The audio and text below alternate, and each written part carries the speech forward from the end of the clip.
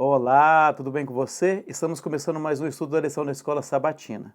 O estudo dessa semana é o estudo de número 9, que tem como título O Conflito Cósmico. Mas que conflito cósmico é esse? Já já nós vamos descobrir. Primeiro vamos orar.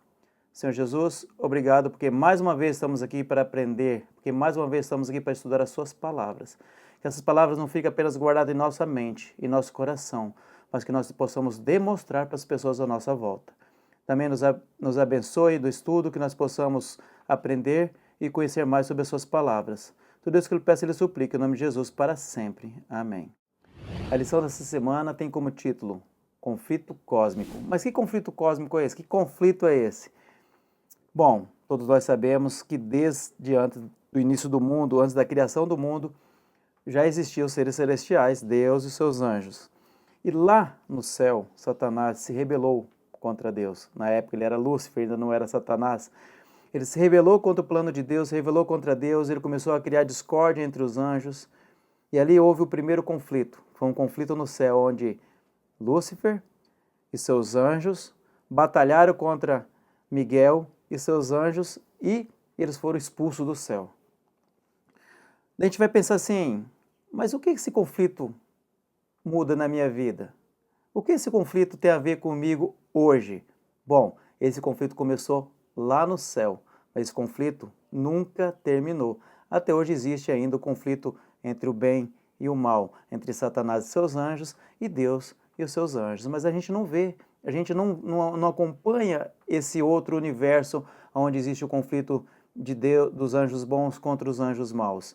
Os anjos bons querendo te proteger, querendo te guardar, querendo o seu melhor, e os anjos do mal querendo fazer com que você peque. Então, o que podemos dizer? Que estamos no meio desse grande conflito que começou lá no céu e está aqui na terra até os dias de hoje. E como que nós vamos vencer esse conflito? Como que nós vamos entender um pouco mais sobre isso? É o que veremos na lição dessa semana. Já entrando aqui na parte de domingo, tem como título, O Inimigo Fez Isso. Aqui na lição de domingo vem falando sobre a parábola do semeador. O semeador vai lá no campo e semeia sementes boas. Alguém vem à noite e joga e semeia joio no meio das sementes boas. E quando aquela semente começa a nascer, o joio, a semente ruim, também começa a nascer junto, começa a crescer junto. E os servos daquele proprietário perguntam, precisamos arrancar aquele joio? E ele diz, não. Se você arrancar o joio, a semente ruim que está ali, que está brotando junto com a semente boa, o que vai acontecer? Você pode arrancar também as sementes boas do meio. Então, vamos deixar elas crescerem juntas e depois na colheita nós tiramos apenas as sementes boas.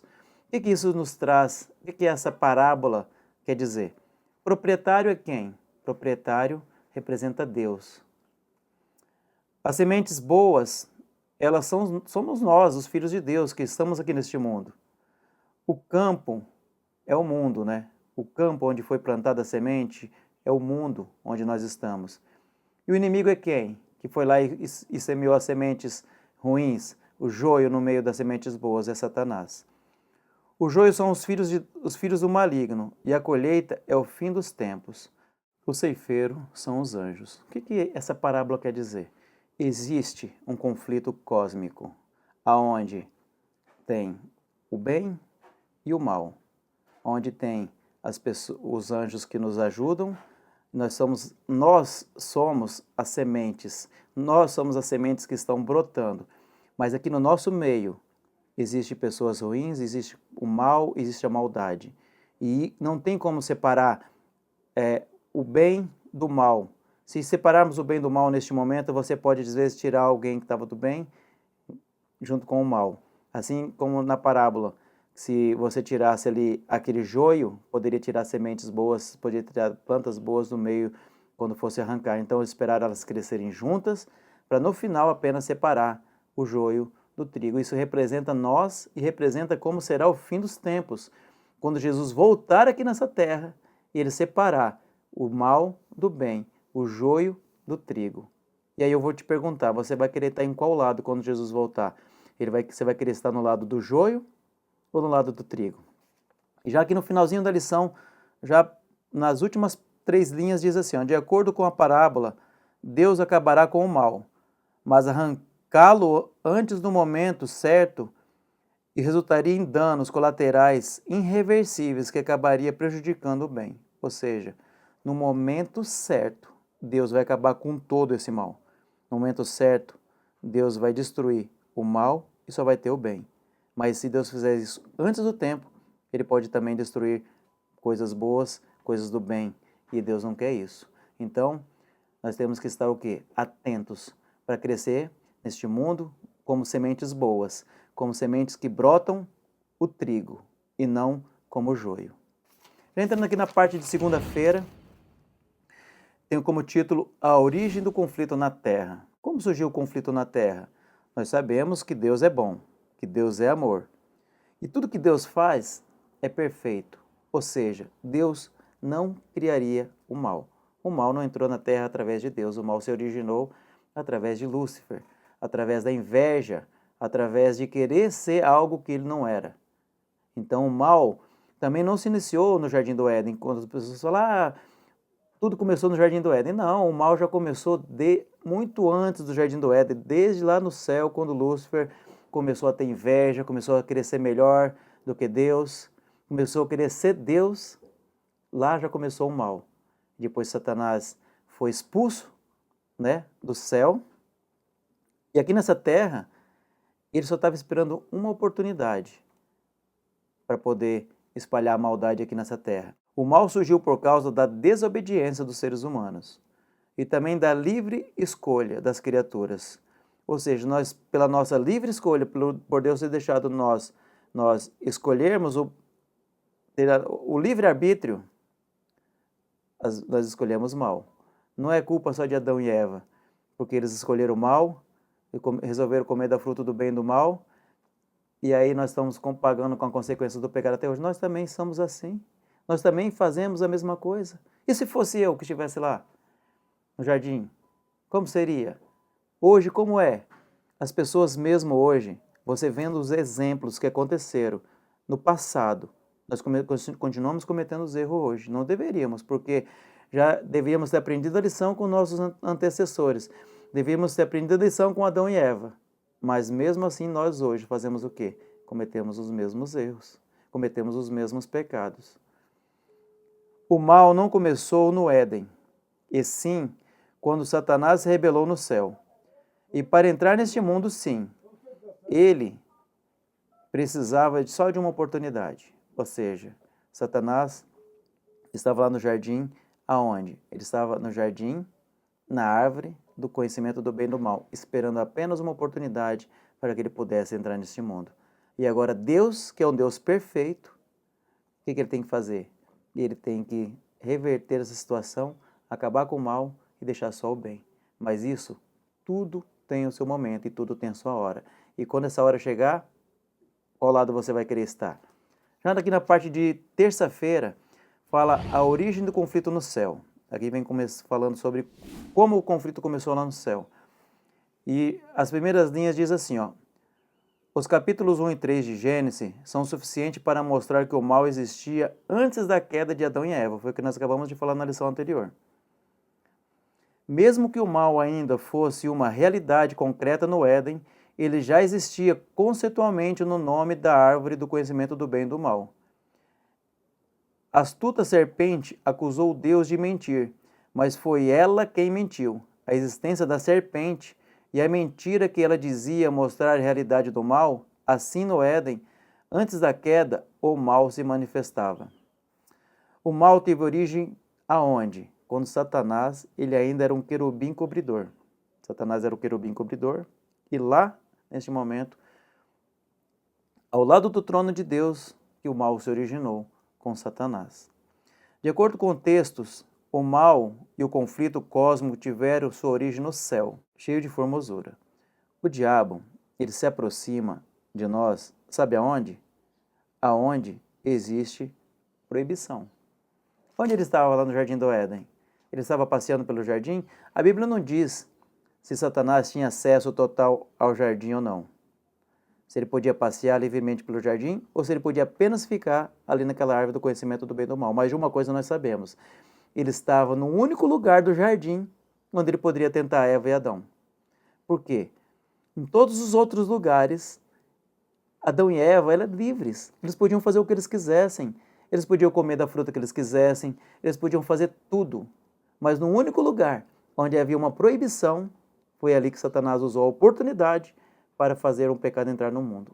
Ou seja, você já percebeu que sempre no lugar onde é proibido, onde você não deveria estar, onde você não deveria fazer certas coisas, é ali que Satanás está?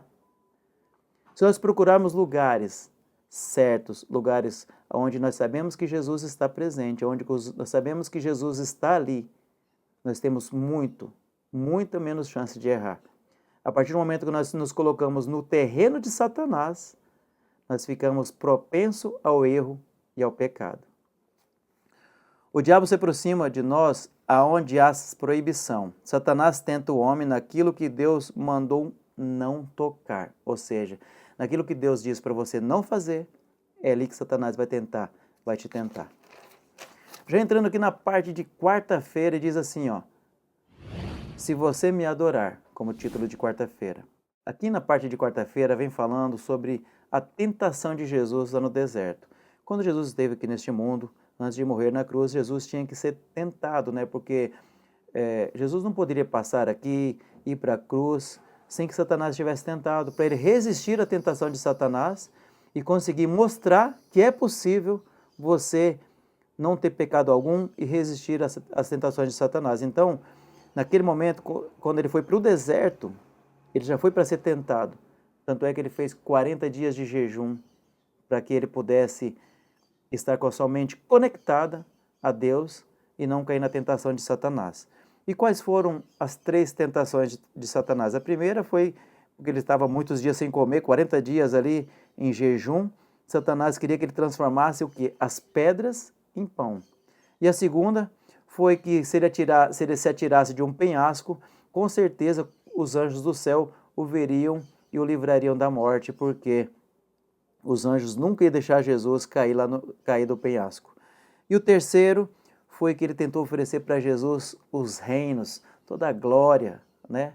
Mas Jesus não se deixou ser tentado por essas coisas. Coisas o quê? Que nós, como seres humanos, caídos, criaturas caídas, somos tentados todos os dias e erramos. O que nós mais queremos? Nós não queremos a glória, nós não queremos o mundo, conquistar a glória, ter fama. Não é isso? Foi isso que Satanás também tentou Deus lá no deserto, querendo mostrar que ele poderia ter todos os reinos que ele quisesse, comandar tudo, mas Jesus já tinha. Tudo que nós temos, tudo que nós somos é de quem? É de Deus. Ele já era glorioso, ele já era o grande rei. Mas ele só precisava agora passar por todas essas partes para que nós pudéssemos o quê? Ter vida eterna. E aqui na própria lição diz assim, ó: Jesus foi levado pelo Espírito no deserto com o propósito expresso de ser tentado pelo diabo. Antes de enfrentar os desafios, Jesus jejuou durante 40 dias. Então, quando o diabo apareceu, tentou Jesus transformar as pedras em pães, zombando da fome extrema de Cristo. Mas ele confrontou essa tentação usando as Escrituras, e a estratégia de Satanás fracassou. Então, na tentativa de levar Jesus a agir com presunção, o diabo tentou que ele se atirasse do penhasco. Satanás distorceu as Escrituras e sugeriu que se Jesus fosse verdadeiro Filho de Deus, se Jesus fosse realmente o Filho de Deus, que os anjos do céu o protegeriam. Ou seja, você é mesmo Filho de Deus? Se joga do penhasco, mostra que você é Filho de Deus, se joga do penhasco, os anjos vão vir e vão o quê? Vão te salvar e vão te livrar. Mas Jesus não fez isso. E a terceira tentativa foi que Jesus tivesse todas as glórias do céu, mas Jesus manteve o quê? Correto, firme e não caiu à tentação de Satanás. Já entrando aqui na parte de quinta-feira, vem falando sobre o conflito cósmico. E já que no início da lição diz assim, ó: esse conflito gira em torno da disputa sobre o caráter de Deus. Um conflito sobre as acusações caluniosas que o diabo levou contra Deus e que, entre outras, ele não é totalmente bom e amoroso. Ou seja, Satanás diz que Satanás usa calúnias contra Deus, dizendo que Deus não é totalmente bom, que Deus não é totalmente amoroso. Mas aqui na própria lição, ó, já diz assim, ó: desde o início, O plano de Satanás é fazer com que as criaturas creiam que Deus não é justo, que Deus não é amoroso e que a sua lei é opressiva. Não é de admirar que Jesus se revira a ele como mentiroso, o pai da mentira. Jesus, por outro lado, veio a este mundo para quê? Para dar testemunho da verdade e combater as mentiras de Satanás, derrotando, em última análise, destruindo o diabo e o seu poder. Ou seja, Jesus veio a esse mundo apenas com uma missão de mostrar que Satanás é mentiroso, de dar o testemunho da verdade e de combater as mentiras de Satanás, derrotando. E na última análise, destruindo o diabo e todo o seu poder que ele tem sobre nós e sobre os seres humanos que existem aqui nessa terra. E para fechar a lição, aqui na parte de sexta-feira, diz assim, ó, Deus não é responsável de maneira nenhuma pela origem do pecado. Nada é mais claramente ensinado nas Escrituras do que isso. O pecado é um intruso, cuja presença não tem justificativa. É algo misterioso, inexplicável. Justificá-lo equivale a defendê-lo, ou seja, quando você começa a tentar justificar o pecado, você está defendendo o pecado. Ou seja, nós estamos em meio a um conflito cósmico.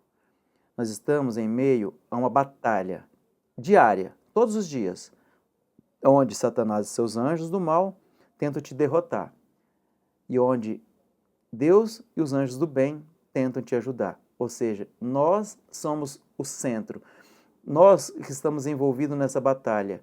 Essa batalha é por causa de mim e é por causa de você. Satanás querendo nos derrotar, Satanás querendo acabar conosco, nos levar para pecar, e Deus tentando que nos manter pessoas fiéis, pessoas obedientes e corretos filhos de Deus. E eu te pergunto, em qual dos dois lados você vai querer estar? Qual dos dois lados você está? Você está do lado de Satanás, ao cometer pecados, ao cometer injustiça, fazer coisas totalmente erradas e abomináveis ao plano de Deus? Ou você está do lado de Deus, que é o lado da salvação, que é o lado da esperança, que é o lado do amor? Decida aí de qual lado você está. Eu quero te convidar a compartilhar esse vídeo com mais pessoas. Se você gostou, compartilhe o conteúdo e esteja conosco na próxima semana para mais um estudo da lição da Escola Sabatina. Vamos orar para encerrar o estudo? Senhor Jesus, obrigado porque mais uma vez estamos estudando a sua lição, porque mais uma vez estamos aprendendo mais sobre Ti. Obrigado porque estamos numa batalha, mas que nós estivermos do seu lado, nós seremos pessoas vencedoras. Se nós estivermos contigo, sempre nós vamos vencer a batalha entre o bem e o mal. E um dia nós vamos todos para o céu juntos contigo, que é o que nós mais queremos. E seja abençoando cada pessoa aqui, Senhor Jesus, nos dando para ele muita sabedoria, paz, para que possamos enfrentar todas as dificuldades desse mundo. Tudo isso que eu lhe peço e lhe suplico em nome de Jesus para sempre. Amém. Um grande abraço e até o próximo estudo da lição da Escola Sabatina. Fiquem com Deus.